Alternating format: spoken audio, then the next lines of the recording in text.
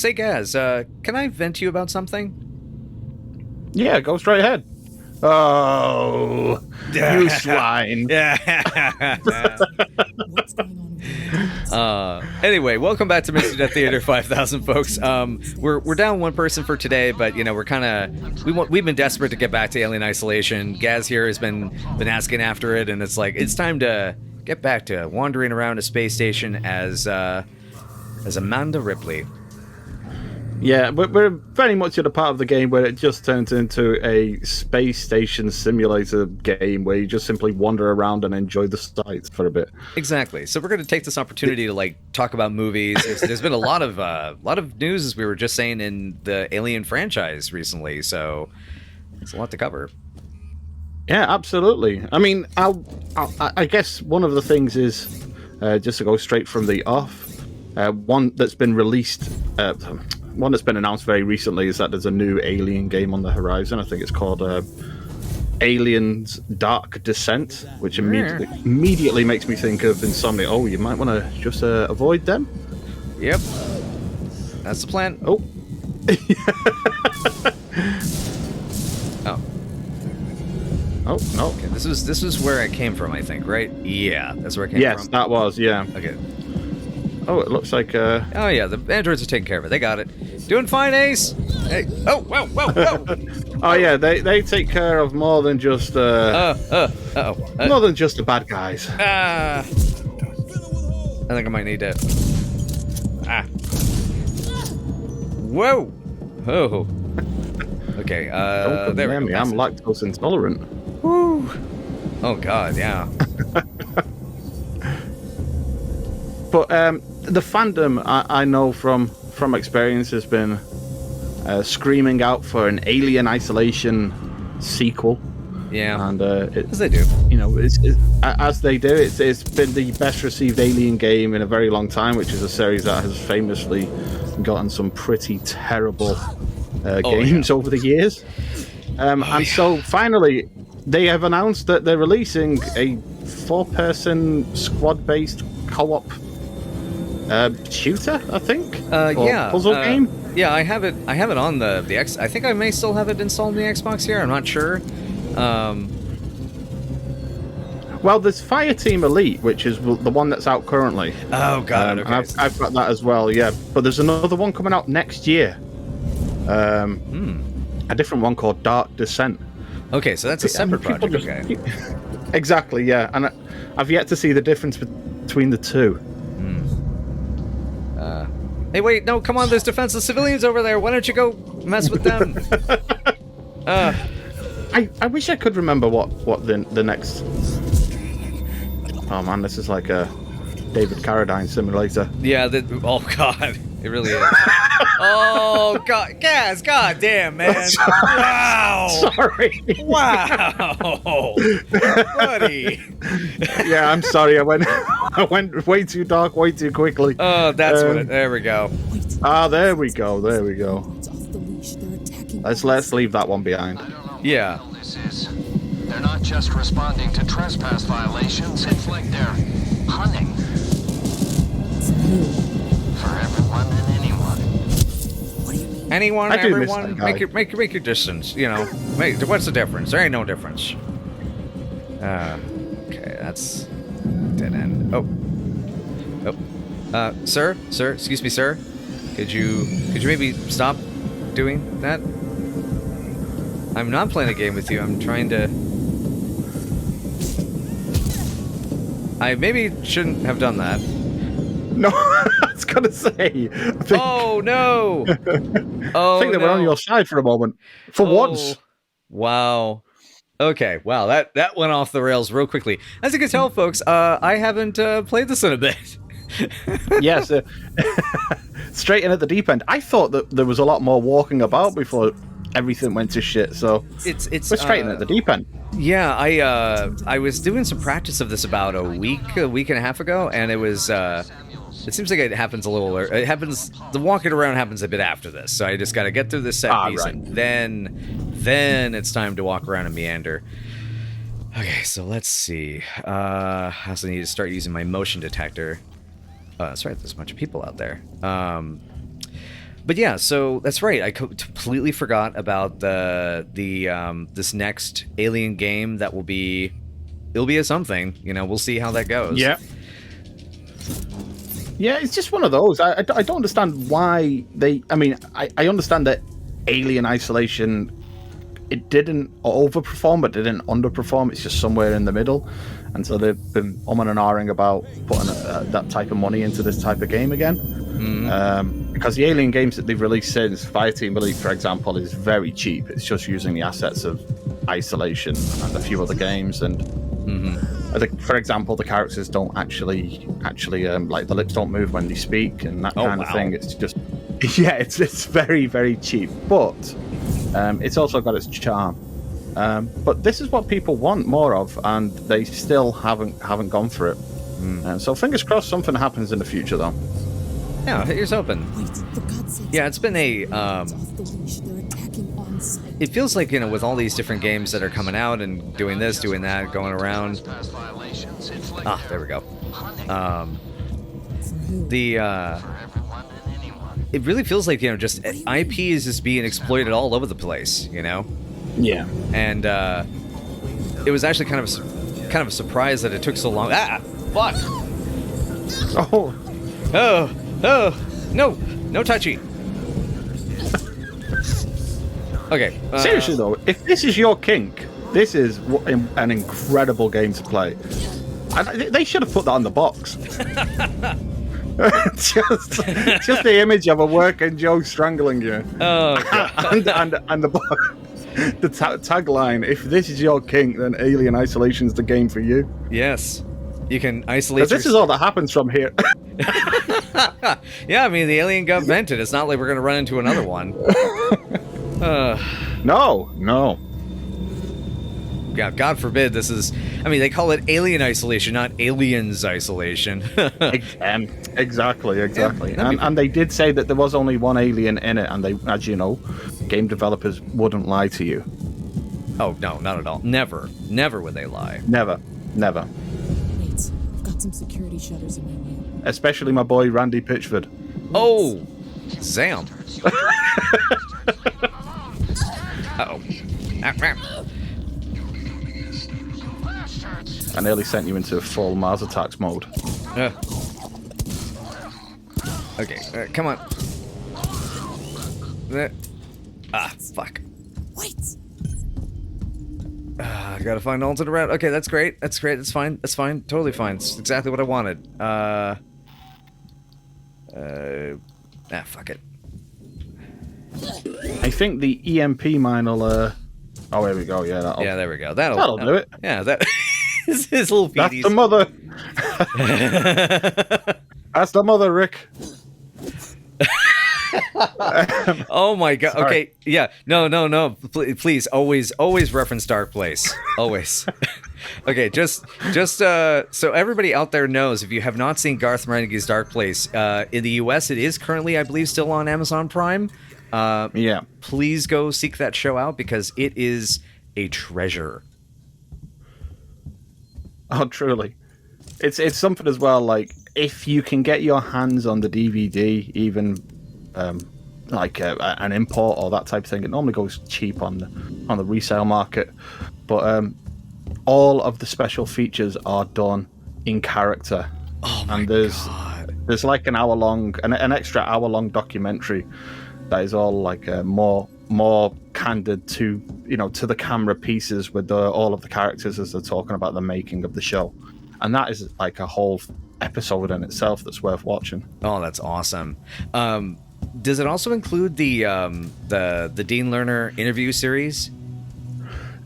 It doesn't, but they did do like a double pack at one point, but actually now the Dean Lerner one is harder to find. Oh man, yeah, because that's got the one where Matthew Holness reappears as Garth Marenghi doing promoting the Wasp movie, right? The Wasp movie, yeah, that's the one. It's a bit more hit and miss, the Dean Lerner one, and the audio, like, it was critically not as well received, but when it's on its game, it's just as good. And the Garth Marenghi episode is as you know, as good as you can expect. Oh crap. Oh no. Okay, maybe better. Nope, that was a miss. Oh yeah, there we go. Yep, gonna fuck your day up for that one, buddy. Gonna take the revolver ammo straight out of your butt. Oh my god. Oh yes, the Omega level emergency alert status. So first of all, hi 2003. It's good to hear you're back. Second of all, yeah, no shit. And third, I don't know why, but that makes me really want to watch Omega Doom with Rutger Hauer. Oh, that is one I haven't seen. I was actually looking at the box art for that just the other day. Yeah, I as well have yet to get around to seeing it, but it is on my list now because it is. I did not realize until recently that it is an Albert Pyun movie, and I know Albert. That'll Pyun... be why I was looking at the box art for it not too long ago. Ugh, okay, we're not ready to deal with that asshole, so we'll go back around here. Let's see if there's something. Okay, that one's empty. That's bullshit. Access to terminal. I'm kind of bummed out they don't, Oh, wait, hang on a second. Hey, you still there? Why don't we have the smarts to stay on the Anisadora? They shut me in the lab over in the system. Oh, crap. Okay, anyway. Oh.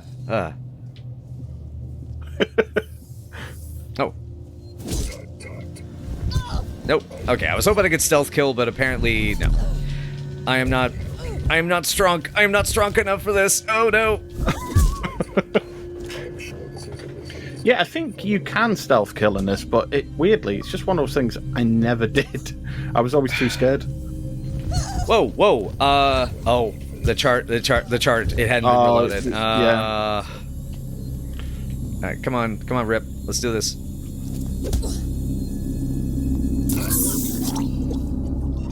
Yeah, it might be a good time to take a... There we go. Yeah, there we go. That's the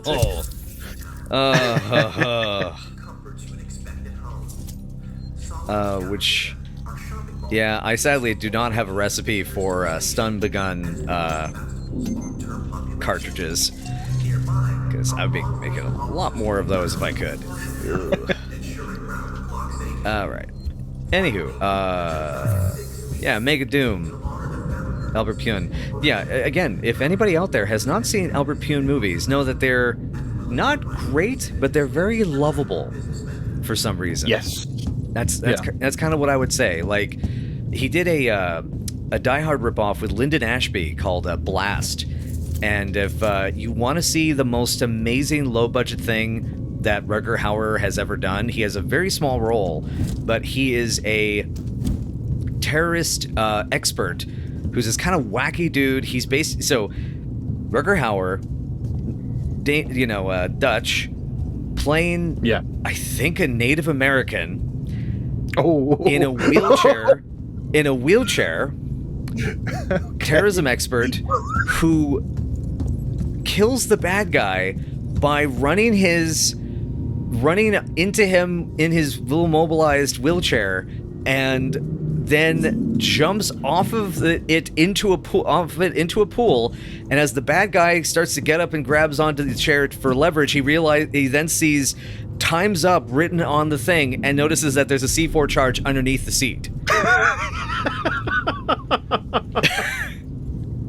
Yeah. I will say Albert Pyun is one of those directors that I had seen some of his films without knowing that I had seen them, like when I was a kid. All of his box art cover, I just remember from covers. Looking at them back on Google now, I just remember them from being a kid in the 90s and going through Blockbuster or my local video shop and seeing them all on like the action section. Like they're all really very memorable. But I recently got back around, I say recently, probably last year, I got around to watching Nemesis. And that's really been my first go at Albert Pyun, like as an adult. And I did a podcast about it for a show that was kind of failed show because we just couldn't get the time to do it together between the three of us. But a show called Bargain Binners. And, right, that's right. Yeah. And we did kind of like jokingly, pull it apart, and so to speak. But at the same time, I think we all came away saying that it had charm. Two, it had some actually genuinely great special effects, and it had a bit of everything in it as well. For the time that it was made and for the budget that it was made in. It's like, has this got people blowing up? Yes, it has. Has this got stop motion Terminator people? Yes, it has. Has it's got real squibs? It has. Has it got people being like? There's a scene in which a woman is absolutely like she's mostly a robot. She gets blown apart, and it's you see her body on the floor. Oh yeah, and she's still like, yeah, that's in the hotel scene, right? It is, yeah, and I loved it. My favorite part of it, also in the hotel scene, though, is when our main guy, our protagonist, he shoots through the floor and jumps through it, and we see him go through about like 16 different floors, and when he looks up, he's gone through like 2. Right, which also humorously, I love that the first thing I heard about the trailer for Underworld was on the chud.com forum, someone complaining, God damn it, they ripped off Nemesis. Oh yeah, is that because that's in the hallway at the beginning, isn't it? I've only seen that film once, but I still remember that. Yep. But again, also like talking about that, thinking about the action as well. I know it's not traditionally great, as people say, but I had such a blast with it, and it has a charm that so many films are lacking these days, especially in terms and like an intelligence with the action as well that so many films are lacking. Like even the act of somebody just going down a slide and shooting people as he goes down, it feels like the camera's there, the camera's shaking with him. It's like it's really well cut together, and yeah, I've seen online that Albert Pyun's finally getting his due as well. Yeah. Which, of course, ends up happening after he's had to retire because I believe he's got MS. And, yes, so I've heard. Yeah, and that's why he was getting better for a while and was getting some projects put back together, and then it kind of came back in a big way, and he was like, "Oh man, I can't do this." Which is really sad because I've heard lots of good things about him. Like as a person, he sounds like a really nice guy. He is one of those just passionate filmmakers that goes to makes movies for the love of making movies. And when like you read like some of the behind the scenes of like where some of these films like came from, like Nemesis was a very different film at the outset, and over time it just kept evolving, and it happened with a lot of his different projects where he would like have an idea and it would keep getting rewritten into something that fit more of what the producers were looking for, and that wasn't always necessarily a bad thing. Sometimes it was a good thing, and sometimes that level of unbridled creativity is, as you're saying, that charm is just it really is missing, especially in low budget cinema, because this is a dude that like what's kind of amazing about Nemesis is that it's made for like a teeny tiny fraction of the budget of like say Terminator 2. It was made for about the same budget, I would say, as maybe Terminator 1. Yes, yeah. And then it ends up being just like it because of the time and because of the expectations, it had to be so much bigger. It has to go to it films at different countries, and it films with all these different, more. It's got a bigger cast and dialogue, and these even more effects. And as you're saying, I mean, the pyro is huge. There's a giant explosion toward the end. And when you watch like the behind the scenes EPK for it, I mean, that was a huge ass fucking fireball. They had to use like probably like a 200 millimeter or more lens to keep the actors at a safe distance as the thing went off. Yeah, I mean, there's some there's some incredible stunt work by the actual main actors as well. I remember a falling tower. Yes. From when I watched it, when I watched the EPK, I was surprised to find that it was a genuine. But you could tell it was a genuine falling tower. But the fact that they didn't use stuntmen or women in that scene, it was just simply the actors, because that's the type of film that they were making. It was clearly safe for them, but I remember that their controlled idea of causing this tower to fall. It was like it wasn't a controlled demolition or anything like that. It was just two men with sledgehammers knocking out the yes, that's right. a couple of props a couple of bricks that were propping it up. Oh, And then running out of shot before they can be seen. oh God. It's like, wow, yes, this is that type of film. But he was, like you say, his film has a charm that certainly, when you look at a lot of direct-to-DVD, low-budget movies these days, there's something like I find. I mean, it's not something to talk about at the moment, but. Especially with what's been released regarding Bruce Willis. But when we look at those films, taking away the Bruce Willis aspect that have come out, these kind of conveyor belt movies, it feels like they're exactly that. They're conveyor belt movies made for, like, by a production company to get something on shelves that vaguely looks like something else that's in the cinema at the moment. Right. And it's just all very cynical and very cold, the way that these films are made now, and I would trade in 100 of those for one more Albert Pyun, you know. Absolutely. And there's a really good rant from there's a podcast called, I think it's Action for Everyone. It's the one that like Liam O'Donnell and Vice Victus are on, and there's this there's a fantastic rant about budgets and about the lack of upward mobility in action genre films versus, like, say, horror genre films.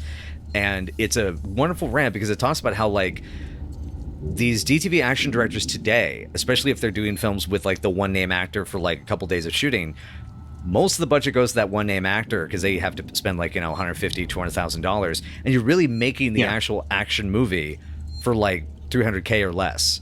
And it's like, it not only is it not safe, it also is a sign of, like, it's become a producer's game, not a director, not a filmmaker's game. This is about the business people wanting to do that, and and that's just a general thing, thing about the business and how it's changed and transformed. I mean, on a similar note, I mean, this poor Ricardo here is now having to do five more jobs. Slaughtered them. Why the I was going to say, I even have like one of my best friends is somebody that was brought in to direct one of those type of movies. Sent him to access Apollo. It was starring I need to find him. Corey But he Feldman seemed to and Apollo. Ed Furlong, They're not here. and he was brought in a week before filming and was paid, like, well, not to say what he was paid, but he was brought in. So I'll get around that. He was brought in a week before filming, and that was the amount of prep he was given, and he was told that he needed to rewrite the script. So that, but at the same time, everything else was set in stone where they were filming, but dialogue day by day he had to rewrite as he went along, and it just sounds like there's a certain amount of cynicism when producers go ahead with these type of films. As you say, they're just there to kind of like fill a space on a shelf, really, and that was to really hit a market that was in at the moment. It wasn't made because the people that were making it loved that genre, and unfortunately he found that out while he was making it. But that's one of those stories. Exactly. I mean, to be honest, I'm actually kind of surprised the Alien franchise didn't go that way, and I think that only has to do with the fact that I think it just has to do with the fact that that Fox was never really into making productions that way, doing that just kind of cookie cutter, just put it on a shelf sort of thing. Because they sort of let the in some respects what they kind of did was they let I am going the wrong way, aren't I? Fuck. Yes, I know. I understand that, sir. But have you considered Shotgun? There you go. Yeah, it's strange that the Alien series never went that way. I think it got closest with Alien vs. Predator Requiem in terms of moving into a more direct-to-DVD look, feel, and budget. But I think, I don't know if this is what you were about to say, but in terms of what they did with direct-to-DVD, they just allowed other films to fill that gap. I mean, like, it's there's a whole host of Alien inspired direct-to-DVD horror movies through the 80s and 90s as well. And I think getting into that market, one, it would have been something that sullied the brand, and two, it was a space that had already been taken and the time had passed. Yeah, Corman was like, nope, you don't get that. It's mine. But I mean, we are moving into uncharted territory. Speaking of which, there is a direct-to-streaming Alien film in the works currently. It's the first thing that Disney are making with the IP, and they've just brought in Fede Alvarez to direct the film, which, in my opinion, kind of sets the tone for what they think of this series and where they're going with it, because he is somebody that's more a kind of grindhouse low. I have opinions. Yeah, no. I'm sure you do too. I do too. I mean, believe me, I can already hear my girlfriend screaming all the way across the country. Hey, you motherfucker! Holy moly! Because she loves Sigourney Weaver, she loves she loves Aliens, all that. She loves that stuff, and does not like Fede. So I'm actually now very curious to have that conversation with her about that. Okay, come on. To me, it feels like a budget choice for a premium series. And I know that hasn't always been the case with the series, but even when we look at like some of the films that are regarded as failures, and like for example, one of them that I absolutely adore, Alien 3, is David Fincher, and Alien Resurrection, another one, is Jean-Pierre Jeunet, which is like, holy shit, they're still like powering names in terms of the films that they've made. Even if you regard those films as being failures, they've certainly still gone for broke with the creative aspect of them, who they've brought on board. I think it's Fede Alvarez. Feels like straight Fede, from the off. Yeah, Fede is. It's like a mission statement. That,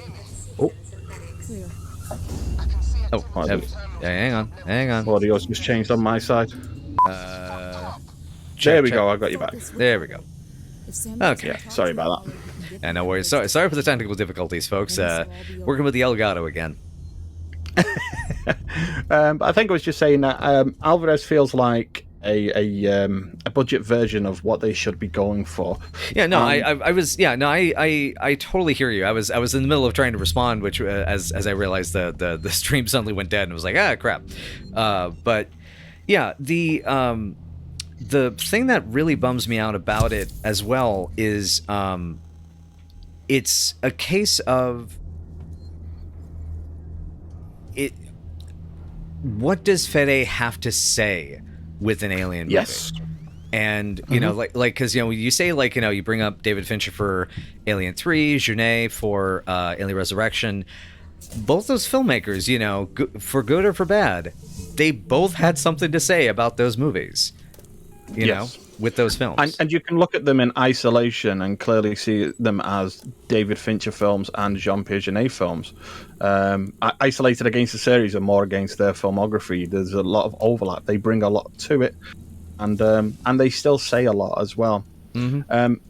Speaking of David Fincher, it feels like the same kind of gap as going from The Girl with the Dragon Tattoo with David Fincher to the Girl in the Spider's Web.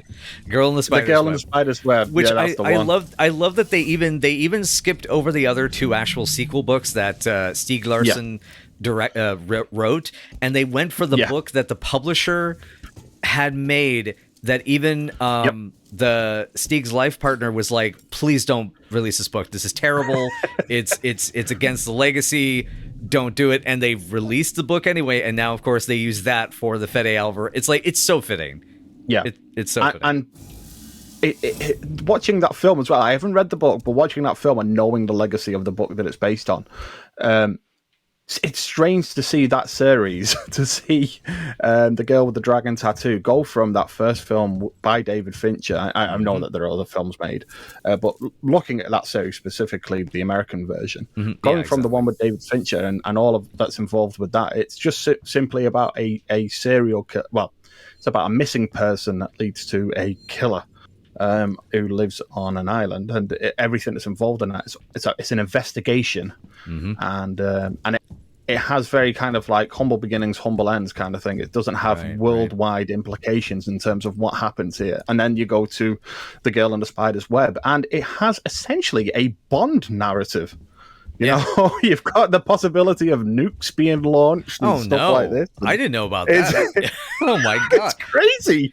Oh, you've got scenes in which, like, you've got, I can't remember the name of the character, but you've got like a character that's he has a sniper that can see through walls, and she's telling him who to shoot so she can go through a house, and it's just so ridiculous, and it's also done on the cheap and with none of the. It's got none of the kind of class or atmosphere or tone. It's like it doesn't even sell the pulpy aspects of what I'm describing well enough.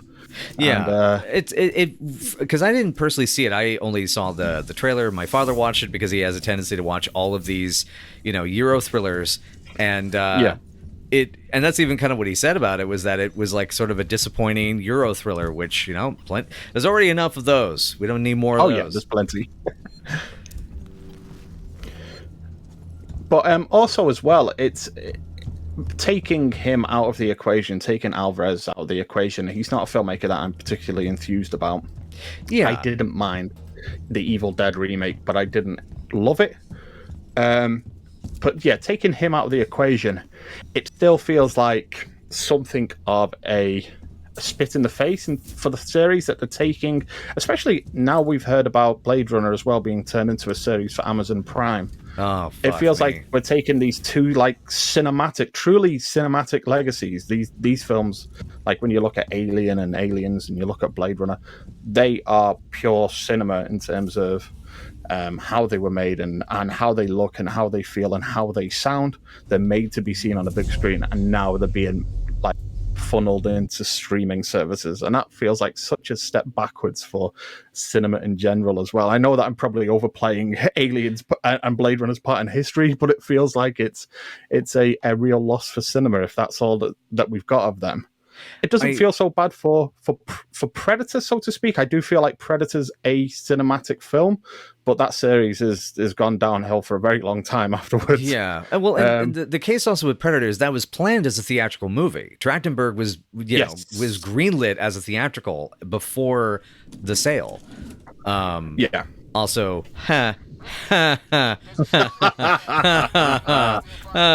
we see what you did there.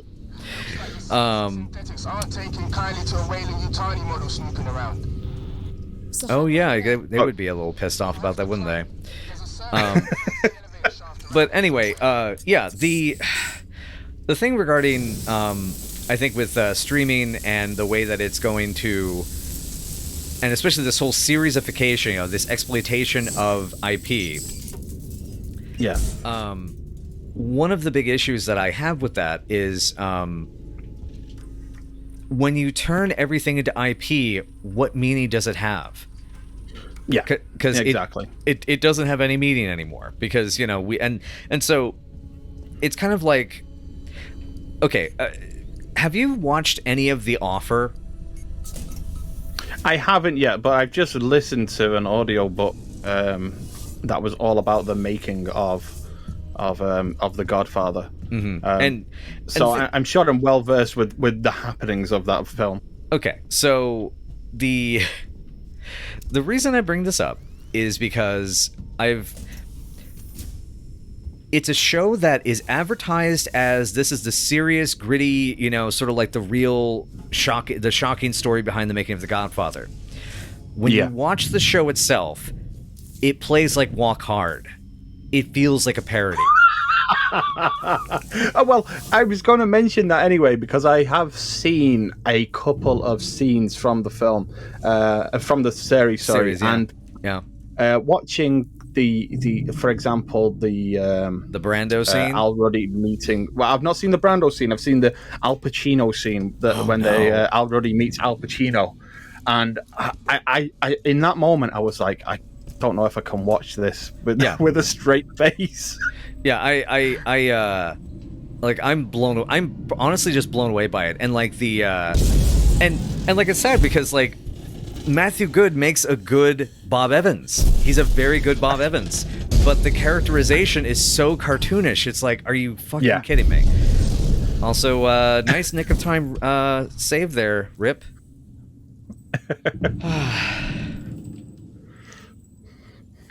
That's one way to catch a lift.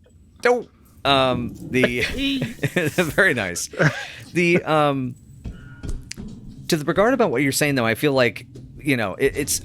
I don't necessarily feel that talking up Aliens and Blade Runner as like these, you know, cinematic masterpieces, which admittedly I think Alien is a cinematic masterpiece. I think the directors and final cuts of Blade Runner are masterpieces because, you know. Yes, yeah, I would agree as well, yeah. But it's a case of where I think the fear is if those can be turned into exploitable IP, anything can. That's it, yeah. I think that's the point. It's not just about the genre stuff. It's not just about comic book movies. It's not just about all of that, you know, losing importance and meaning. What it also is about. Oh, hello. I see that. Yep. Yeah. Yeah, that's the ticket. Can I can't. You got nothing for me? Good Lord. Because that gets to the point of I'm here. Turning. It's like the place synthetics go to die. Yeah, place synthetics go to die. Exactly. It's like we've given life to these movies, and look what you've done to them. Look what you've done to them. You just rip them apart until there's nothing but celluloid goo sticking out of them. Amanda, you don't need to empty all the chambers, honey. Oh God. Okay. Okay. All right. Let me just quickly. There we go. And top off my batteries. There we go. But like Citizen Kane as a series coming soon to AMC. Yeah. I mean, I was thinking of it just in regards to like I can foresee a time in the future in which we see a Godfather miniseries. Yeah.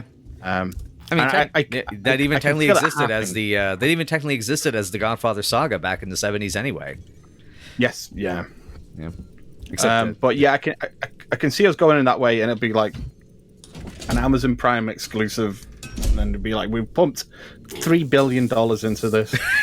God damn. I know. Oh, fucking Lord of the Rings, man. Wow. That's another one as well. And this is kind of the thing though, right? Like, okay, so we have Alien here, you know, fun, interesting series, you know, a lot of creativity, and doing Aliens as a TV show, I think, or Alien as a TV show isn't the problem per se. It's the spirit of behind it. Like one thing you and I haven't had a chance to talk about on these episodes yet is Noah Hawley's, you know, his what is it, Aliens on Earth series that he's supposed to be doing. Yes, yeah. Oh, here we go. Boy.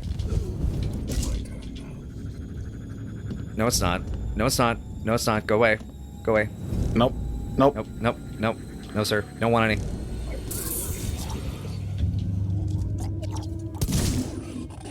There we go. All right, you better have some stuff for me. There we go. Yeah, there we go. Give me one of those bullets back, please. Anyway. But, yeah. Speaking about Hawley's upcoming, I mean, I like Noah Hawley. I liked what I watched of Legion. I watched the first series. I loved the first two series of Fargo. I haven't seen it from third onwards. I like Noah Hawley. Mm-hmm. I'm still quite apprehensive about the prospect of it being a series based on Earth. It says near future, but when he's actually spoke about it more at length, it does seem like it takes place more towards an alien type timeline in terms of playing off against those events. But even so, the threat for me has always been, oh well, I don't want to see an alien film on Earth unless it's like the end of things, because that's what it actually means. That's always been the threat. That's what Ripley sacrificed herself for. But he talks a good game. I've read interviews with him in which he's talked about Alien being a series about us finding ourselves in the middle of a war between our primordial past and our technological future. And that, like, straight away, I'm like, wow, you're saying that's exactly what I want to see, you know? Yeah. Oh, totally. And he talks about, and I'm sure that he's talked about in some capacity about like the sexual ickiness that's with regards to the Alien series, and looking at some of the characters as well. It looks like he's also dealing with like things that matter now. It seems like we're going to deal with what it means to in terms of having a body that represents who you are and who you feel you are, and that type of thing, especially with regards to the android characters that you'll be dealing with. It's I think what one of the main characters is it's like a RoboCop type situation where there's a brother and a sister. The brother's been led to think that the sister has died, but in fact her consciousness has been uploaded into an android body. She's actually something like 12 years old, but she's been raised as this kind of like battle android since then to work for like the Colonial Marines. Oh my gosh. She's, and it's dealing with what that means to her as well. And just so you know, yes, it did freeze up. That's why the sound suddenly died. Okay. All right. But that sounds like it's talking a good talk, but at the same time, there's no reason why I wouldn't want to see that in a cinematic framing rather than as a TV series. Yeah, just to finish off that little piece. Oh yeah, certainly. And let's see, am I back as well? I made sure to. You're back, yeah. Okay. Oh, did you lose me as well? No. You're good. We caught all that. Yeah, we're good. All right, good. Yeah. This is gonna be a lot of little like blips and like real missing tags and stuff all through this episode. It wouldn't be an Alien Isolation stream if there wasn't. Yeah, it's just like the Sevastapol. We're falling apart. Totally, absolutely. And it might just be for whatever reason, you know, the way that this is doing the, it's handling the, you know, all the different components of the USB and the Elgato, and probably too much power being used in my room and all that kind of crap. So, you need one of Amanda Ripley's wrenches. Totally, exactly. God, this guy is good for a scare. Yeah. I mean, playing this on your own as well. I remember the first time they put a few scares across the game like that just they really catch you off guard. Yeah, there's more than a few. Yeah. Anyway, well, nothing's gonna go right. Oh shit. All right. Oh, that's a familiar voice. Fiddle-dee-dee. For Seeks and executives and synthetics only. Right, then I'll have to find a way to talk to Apollo directly. Biocontainment hazard level Omega. All permissions rescinded. I don't have time for this. Wow. Whoa. Oh. Oh, shit. Samuels. He's a dude.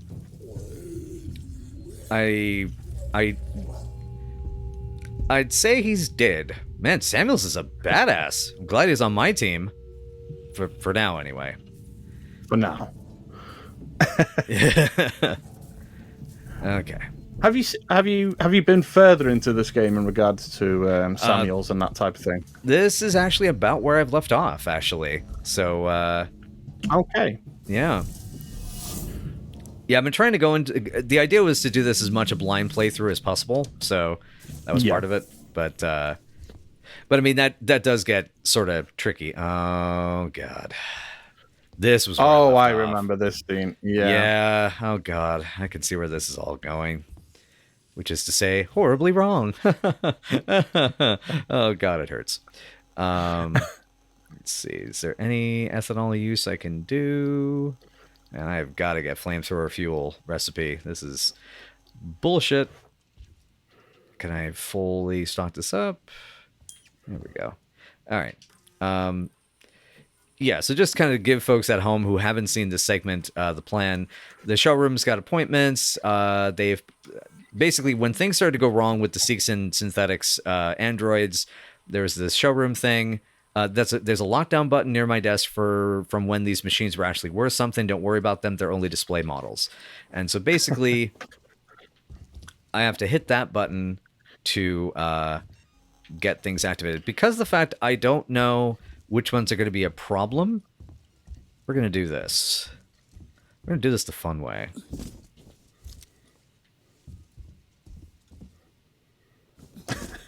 Listen, I'm sure that it's not going to be a problem at all. It does say that they are just showroom models.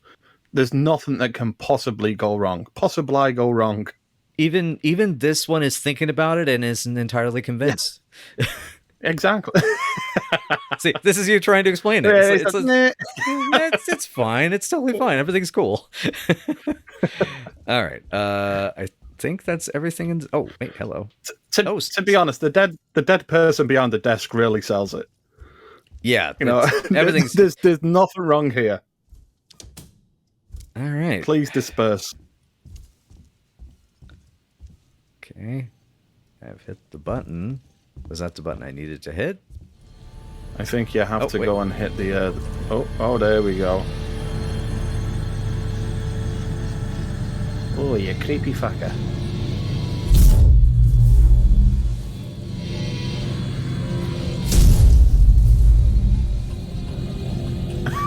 What do you think? Overkill? That will do it. That will do it.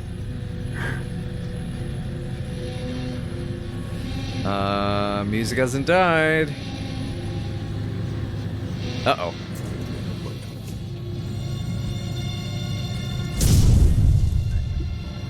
Oh, yes. Well, that got the job done.